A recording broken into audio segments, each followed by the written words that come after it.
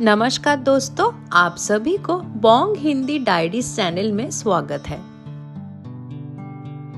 नमस्कार दोस्तों, हर साल होली से पहले आने वाले 8 दिन जो ना पूरे शुभ माने जाते हैं और ना ही बिल्कुल अशुभ, ये होते हैं होलाष्टक के दिन, परीक्षा, संयम और भक्ति के दिन।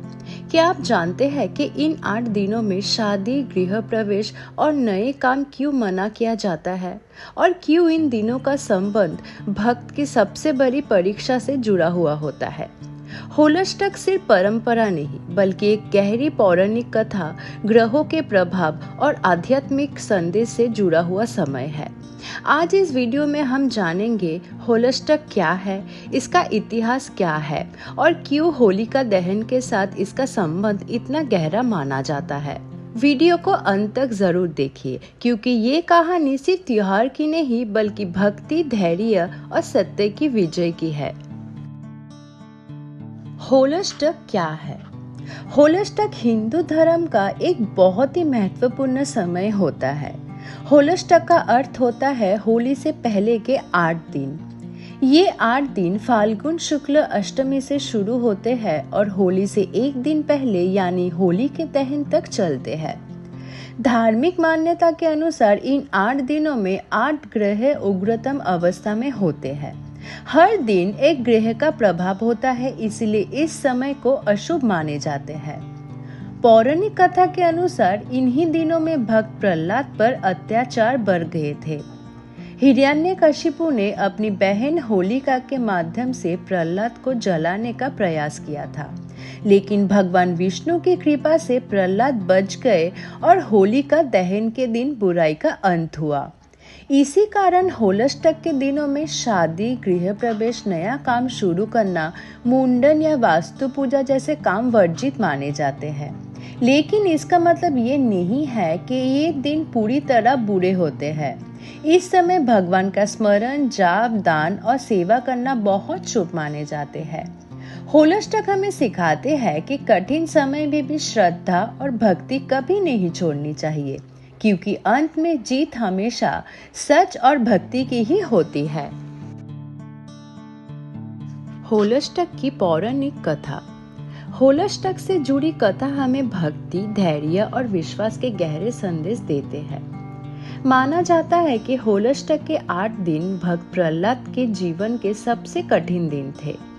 प्रहलाद के पिता हिरण्यकशिपु के एक अत्यंत शक्तिशाली राजा थे। कठोर तपस्या के बाद उन्हें वरदान मिला था कि ना दिन में, ना रात में, ना घर के अंदर, ना ही बाहर, ना मनुष्य से, ना पशु से उनकी मृत्यु होगी। इस वरदान के घमंड में हिरण्यकशिपु अपने आप को भगवान समझने लगे।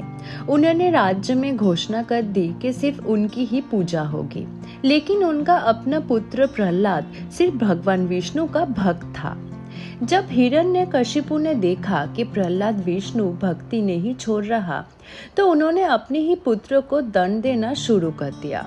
माना जाता है कि लगातार 8 दिन तक प्रहलाद पर अलग अलग तरह के अत्याचार किया गया।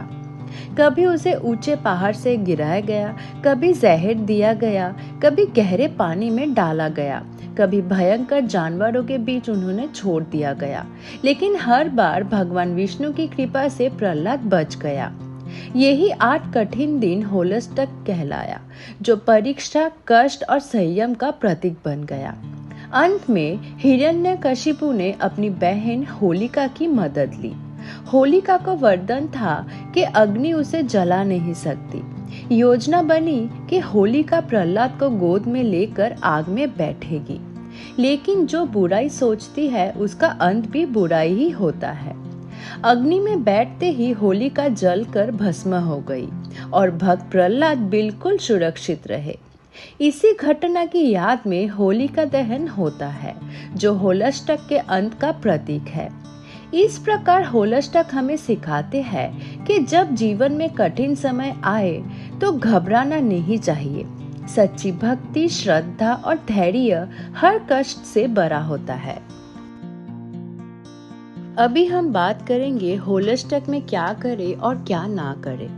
होलष्टक होली से पहले आने वाले 8 दिन होते हैं जो धार्मिक दृष्टि से काफी संवेदनशील माने जाते हैं।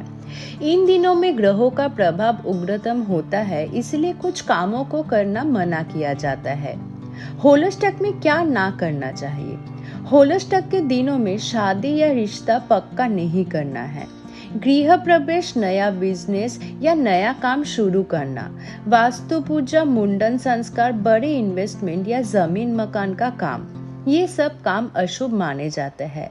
इस समय गुस्से, झगड़े, झूठ और अहंकार से भी दूर रहना चाहिए। अभी हम बात करेंगे होलष्टक में क्या करना है।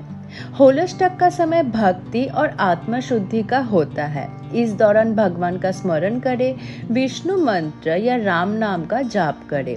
सुबह शाम दीपक जलाइए, गरीब और जरूरतमंद को दान करें, मन को शांत रखें और सात्विक भोजन करें। ये दिन तपस्या और धैर्य सिखाते हैं। होलष्टक हमें ये याद दिलाते हैं कि बुरे समय हमेशा के लिए नहीं होता है और जैसे प्रहलाद की रक्षा हुई, वैसे ही भक्ति और श्रद्धा से हर कठिनाई दूर हो जाती है। अभी हम बात करेंगे होलष्टक में पूजा पाठ कैसे करें। होलष्टक होली से पहले आने वाले 8 दिन होते हैं और इन दिनों को संयम और भक्ति का समय माना जाता है। इस दौरान बड़ी पूजा या नए अनुष्ठान करना मना होता है, लेकिन नियमित और सरल पूजा पाठ करना बहुत लाभदायक होता है। सबसे पहले सुबह उठकर स्नान करें और साफ कपड़े पहने। घर के मंदिर को साफ रखिए और दीपक जलाइए। इस समय विष्णु भगवान, राम नाम या नारायण मंत्र का जाप श्रेष्ठ माना जाता है। रोज कम से कम ओम नमो नारायण या श्री राम, जय श्री राम का 108 बार जाप करें। शाम के समय दोबारा दीपक जलाकर धूप दिया दिखाइए और भगवान से मन की शांति और रक्षा की प्रार्थना करें। होलष्टक में दान पुण्य का विशेष महत्व होता है। गरीब, वृद्ध या जरूरतमंद को अन्न, कपड़े या थोड़ा सा दान देना जरूरत होता है। इस समय तामसिक भोजन, झूठ, क्रोध और झगड़ा से बचना चाहिए। जितना हो सके सात्विक भोजन और शांत विचार रखिए। याद रखिए, होलष्टक में भारी पूजा नहीं, बल्कि श्रद्धा, संयम और सच्ची भक्ति ही सबसे बड़ी पूजा होती है। अंत में इतना ही कहेंगे, भक्ति से ग्रह शांत होते हैं और कठिन समय भी आसान बन जाते हैं। होलष्टक और ग्रहों का प्रभाव।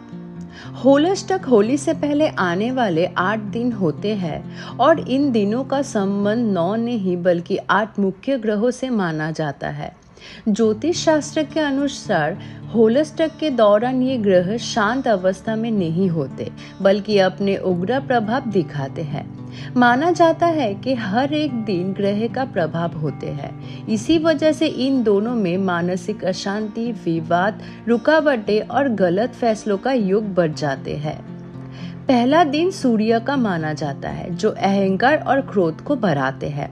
दूसरे दिन चंद्र का होता है, जिससे मन चंचल और भावनाएं असंतुलित हो जाते हैं। तीसरे दिन मंगल का होते हैं। इस दिन झगड़ा और गुस्से से बचना चाहिए। चौथे दिन बुध का होते हैं, जिसमें गलत निर्णय लेने की संभावना होती है। पांचवा दिन गुरु का होता है, लेकिन होलष्टक में गुरु भी पूरी तरह शुभ फल नहीं देते हैं।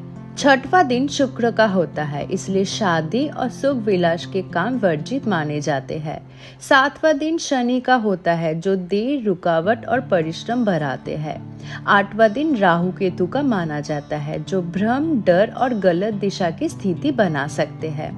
इसीलिए होलष्टक के दौरान नया काम शुरू करना, शादी, गृह प्रवेश, बड़े आर्थिक फैसले करना मना किया जाता है। लेकिन डरने की कोई बात नहीं है। इस समय भगवान का नाम जाप, दान पुण्य, सेवा और संयम रखने से ग्रहों का अशुभ प्रभाव कम हो जाते हैं। होलष्टक हमें सिखाते हैं कि जब ग्रह कठिन हो, तब भक्ति और धैर्य ही सबसे बड़ा सहारा होता है। अभी हम बात करेंगे होलष्टक और होली के दहन का गहरा संबंध क्या है। होलष्टक और होलिका दहन का संबंध सिर्फ परंपरा तक सीमित नहीं है, बल्कि इसके पीछे गहरे धार्मिक और आध्यात्मिक अर्थ छुपा हुआ होता है। धार्मिक मान्यताओं के अनुसार होलाष्टक के 8 दिन प्रहलाद पर होने वाले अत्याचारों की याद दिलाते हैं। इन्हीं दिनों में प्रहलाद ने अपने पिता हिरण्यकशिपु के कठोर कष्टों को सहा, लेकिन फिर भी भगवान विष्णु पर अपनी भक्ति नहीं छोड़ा। होलाष्टक के समय संयम, तपस्या और धैर्य का होता है। इसीलिए कहा जाता है कि इन दिनों में नए काम, विवाह या गृह प्रवेश जैसे शुभ कार्य नहीं करना चाहिए। जब होलाष्टक समाप्त होता है तो होलिका दहन के साथ बुराई का अंत और अच्छाई की विजय होती है। होलिका दहन उस घटना का प्रतीक है जहां होलिका अपने ही अग्नि में भस्म हो गई और भक्त प्रहलाद सुरक्षित रहे। इस प्रकार होलाष्टक हमें सिखाते हैं कि कठिन समय में भी भक्ति और सत्य का साथ नहीं छोड़े, और होलिका दहन हमें याद दिलाते हैं कि अंत में हमेशा सत्य और धर्म का ही जीत होती है। इसीलिए होलाष्टक के 8 दिन अंदरूनी शुद्धि और मन की तैयारी के लिए होते हैं, और होलिका दहन उस शुद्धि के उत्सव और विजय का प्रतीक है। संदेश एक ही है, भक्ति, संयम और विश्वास से हर अंधकार का अंत संभव होता है। होलाष्टक हमें ये सिखाते हैं कि जीवन में जब सब कुछ कठिन लगने लगे, तब हर तरफ रुकावटें और परीक्षा हो, तब घबराना नहीं चाहिए। जैसे भक्त प्रहलाद ने हर कष्ट में भी भक्ति के साथ नहीं छोड़ा, वैसे ही हमें भी हर मुश्किल समय में श्रद्धा और धैर्य रखना चाहिए। होलाष्टक के 8 दिन आत्मा शुद्धि, संयम और भगवान के स्मरण के लिए होते हैं, और होलिका दहन बुराई के अंत और अच्छाई की विजय की प्रतीक होते हैं। याद रखिए, कष्ट के बाद ही उत्सव आते हैं, अंधकार के बाद ही प्रकाश होते हैं, और अंत में हमेशा धर्म और सत्य की ही जीत होती है। अगर आपको ये वीडियो पसंद आया हो तो इसे लाइक और शेयर जरूर कीजिए, और ऐसे ही धार्मिक और पौराणिक कहानियों के लिए चैनल को सब्सक्राइब करना ना भूलिए। आपका दिन शुभ हो। जय श्री हरि। धन्यवाद।